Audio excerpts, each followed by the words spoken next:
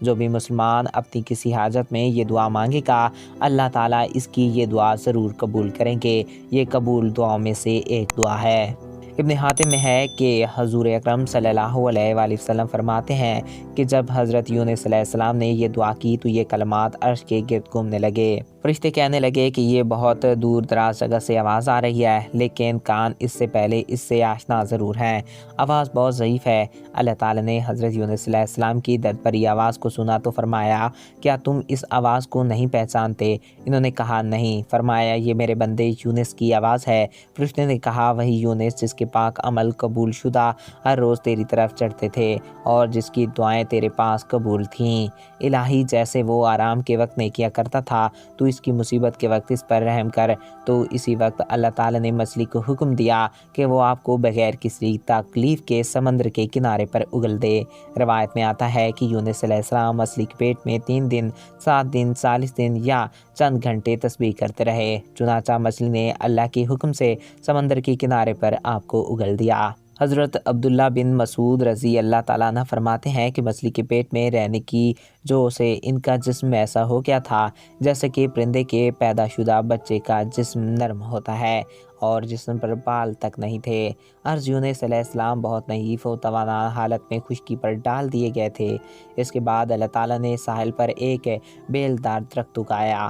حضرت ابو ہریرہ رضی اللہ تعالیٰ عنہ فرماتے ہیں کہ جب مچھلی نے حضرت یونس علیہ السلام کو کھلے میدان میں ڈالا تو اللہ تعالیٰ نے آپ پر یقطین کی بیل اگا دی۔ ان سے پوچھا گیا کہ یقطین کسے کہتے ہیں؟ فرمایا کدو کے پودے کو۔ اس کے علاوہ اللہ تعالیٰ نے ان کے لیے ایک جنگلی بکری بھیج دی جو زمین کی گھاس اور جڑی بوٹیاں کھاتی تھی اور صبح و شام آپ کو دودھ پلایا کرتی تھی حتیٰ کہ آپ کی توانائی لوٹ آئی۔ حضرت یونس علیہ السلام درخت کے سائے میں جھونپڑی بنا کر رہنے لگے۔ چند دنوں بعد ایسا ہوا کہ اس بیل کی جڑ میں اللہ تعالیٰ کی طرف سے ایک کیڑا لگ گیا اور اس نے جڑ کو کاٹ دیا۔ جب کو کاٹ ڈالا، جب بیل سوکھنے لگی تو یونس علیہ السلام کو بہت دکھ ہوا۔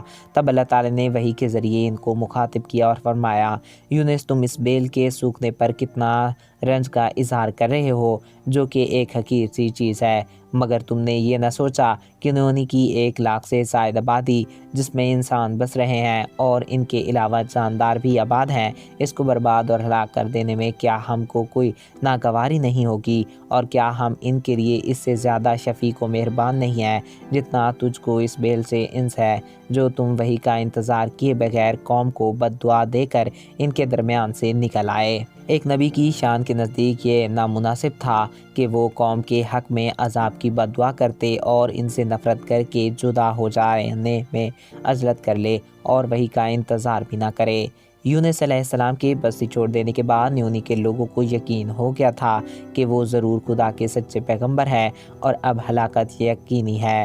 تبھی یونس علیہ السلام حزم سے جدا ہو گئے۔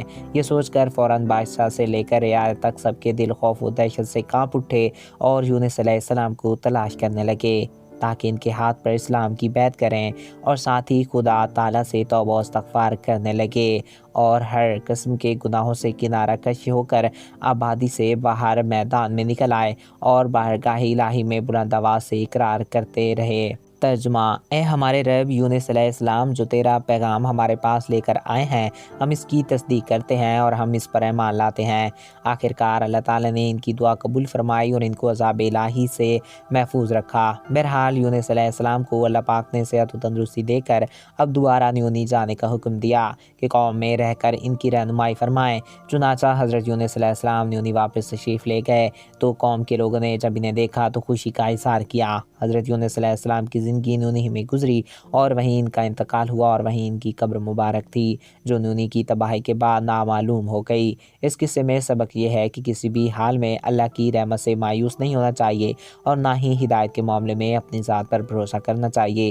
ہدایت تو بس اللہ تعالیٰ کی طرف سے ہے، آپ کے ذمہ تو پیغام بس پہنچا دینا، حق پہنچانا ہے۔ تو ناظرین، میں امید کرتا ہوں کہ آپ کو ہمارا یہ ویڈیو پسند آیا ہوگا اور آپ کی معلومات میں اضافہ ہوا ہوگا۔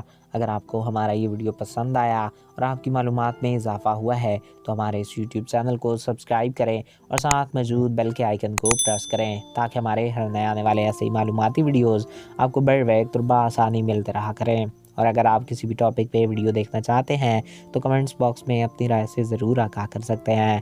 ایک نئے دلچسپ اور انفارمیٹیو ویڈیو میں پھر ملیں گے۔ اپنے پیاروں کا خیال رکھیے گا۔ مجھے دیجیے اجازت۔ Thanks for watching. اللہ حافظ۔